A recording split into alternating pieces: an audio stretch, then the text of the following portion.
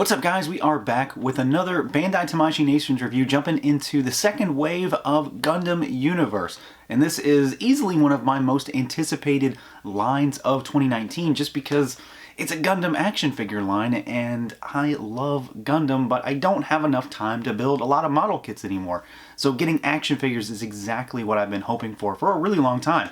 And today we're taking a look at the second in the Gundam Wing franchise. So we're taking a look at the Gundam Deathscythe here. This is GU06 in the line, so we're starting at the end of Wave 2 if we're going in numerical order, but I had to crack this guy out first. So we've got the Deathscythe here in the standard package for the line, but of course each package is a little bit different because it plays off of the colors of the Gundam. So you've got the white background with some black accents because the Gundam Deathscythe is black. You've got artwork on the front, and then the back of the package has got more artwork and then product shots that kind of show off how it can move around. So yeah, let's do it. Let's pull him out and take a look. And here he is out of the package, our Gundam Deathscythe from Gundam Wing. One of the franchises that I am most passionate about when it comes to Gundam. I'd say just about anybody my age who does like Gundam is right there with me. And this is definitely a longtime favorite for a lot of folks. This is not my favorite of the series, but I've always liked the design. I love the weapon. So yeah, I'm excited to get this guy. So let's take a look and see what this guy can do. I do believe that things have changed a little bit from Wave 1 in slight ways in terms of articulation, with one very welcome difference that I'm seeing. So you've got a head that can look up. He can look down a little bit, but of course he's got the big cockpit area here, so it's going to get in the way. And then you've got bobble side to side, rotation. Your arms can go out at the shoulders, and then the shoulder pads will also go with them. They are hinged, so you can kind of move them around and help to wiggle them around a bit. Your arms can rotate at the shoulder. You do have a bicep swivel up here, and then you've got double jointed elbows, which do move a lot better this time. So there's a lot of more range of motion this time around at the elbow than there was before, which is a welcome change. And then you've got ball pegs at the wrist, so they go backwards and forwards and side to side and up and down. They're kind of limited because of the boxy nature of the wrists, but that's also very similar to how model kits are in some respects. And this guy, just like with Wave 1, they all still very much feel like model kits. And that's not a negative, it's just kind of the way that I view them. You've got twist at the torso here, kind of at the upper waist, lower torso. He goes upwards, down, and there's not much side to side, but then you can rotate pretty well. You will eventually sort of hit things, but he does have pretty good range of motion. Legs go basically all the way out. So if your Gundam needs to do splits, you've got it. You can kick forward. These pads will move a little bit, but they only go so far. So he is kind of limited on the forward kick. And then the backward works pretty well. You can twist up there at the hips, and then you've got your basically single big jointed knee down here. So basically 90 degrees. And then you've got your rocker, which is a little bit of movement, not too much, and then hinge, and then you can kind of rotate him down there a little bit. So you've got a pretty solid range of motion on this guy. He does move around really well, just compared to, say, the Wing Gundam, I think. I didn't have as many issues moving this guy around, posing him, playing around, and then those elbows are definitely just a welcome change.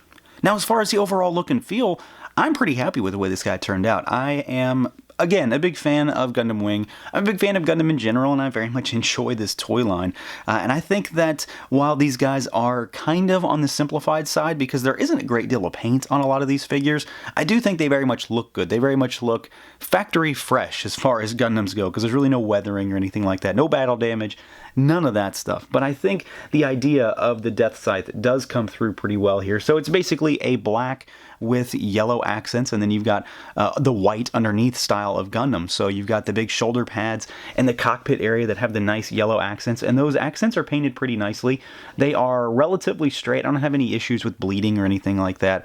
And then you've got, you know, the belt piece down here, which does have a little bit of color to break it up, but it's just gray. And then you've got a little bit of red down here.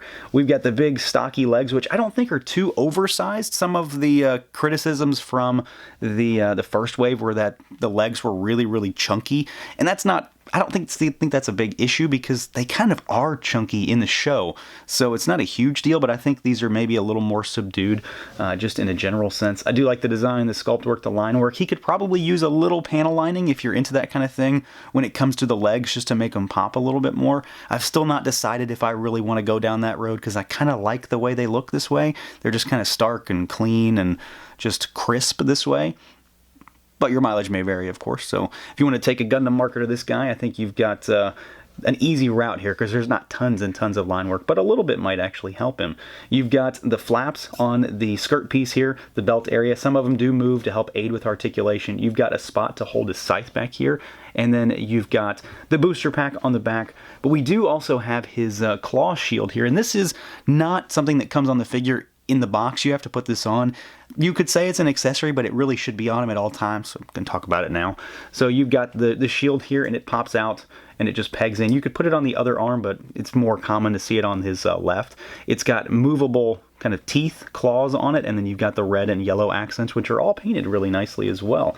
So I think the guy looks good. It's a solid looking mobile suit. Again, this guy is around 6 inches in height, so he is your standard style of action figure, and he's not really going to go toe-to-toe with most model kits, but I think he looks really good and plays really well as an action figure.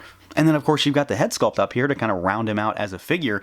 And it's a pretty standard head sculpt. It's mostly just your Telltale Gundam-ish design. He's got the red beard piece that sticks out. You've got a little bit of paint for the mouth lines, the mouth-ish area, and then you've got some green eyes.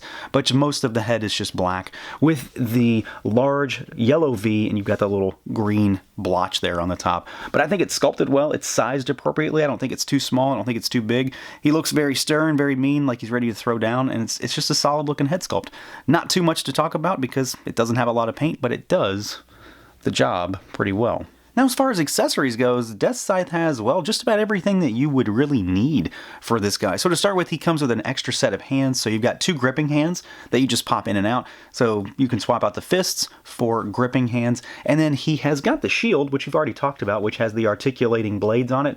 But it has an extra piece that you can pop in there to give the energy effect that also comes with the shield, like when he's blasting it off at someone, which I think is really cool. It's painted with a metallic neon green color, which I really like. It very much pops against the rest of the figure. And then this guy also comes with one of the Tamashii Act 4 stand adapters. I don't have one of those stands, so I can't really do anything with it, but they all come with it, so he also does. And then this guy wouldn't be called Deathscythe if he didn't have, well, the scythe, and he does come with it. So you've got a metallic silver staff here, which does have an articulating emitter at the top of it, so this thing can move upwards and basically up and down, back and forth, really. And then you attach the blade itself. It just pops in there. And it's the same type of paint as the blade over here. So it's more that neon green metallic sheen. And I think it looks really good. I think the colors here are very contrasting to the rest of the figure. The bright green really pops against everything else. And it's just a cool look. It's a cool weapon.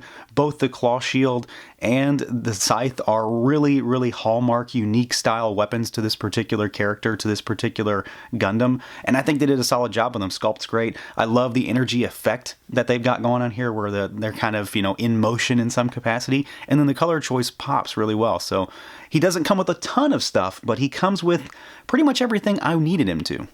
And I'm not sure this is really necessary, but here he is, just for the sake of comparison, next to the Wing Gundam from the first wave. And there's not much to compare against. It's just to give you an idea of how well they look next to each other in terms of scale. Wing is a little bit bulkier in some aspects, but they're obviously very different designs. You just know from knowing the series that they go together, and I think they do look really nicely together. Frankly, I am 100% on board to get the entire Wing, everything, all suits, all Gundams, everything. So the sooner we can get the Core 5 done, the better. So overall, this is a really solid figure. I think there are definitely a few little areas where they've tweaked things a bit as far as articulation goes from Wave 1, especially those elbows. At least on this figure, they are much more mobile than they were last time. I think the sculpt is fantastic. It still very much feels like a model kit to me, just based on my experience, but that's not a negative. It's just sort of a difference from your average action figure. I think this guy works really well. He very much looks like the show. You could probably stand and maybe give him a little bit of panel lining, but that seems to be a thing for the rest of the line in general. I still haven't decided to do that myself, but I think he looks fine the way he is, but you might be able to punch him up just a little bit with some lining. Otherwise, though, if you're a Gundam Wing fan, there is no reason not to jump on these. I think that this line is really fantastic. I'm really enjoying it because it's another way for me to get back into Gundam without having to try and devote time to kits, which I really just don't have. So this is a lot of fun for me just to be able to play around with Gundams again, and I think Bandai's doing a really solid job with these. So that's going to do it for this look at the Gundam Universe Deathscythe. Let me know what you guys think. Feel free to like, comment, subscribe, and share, and until next time.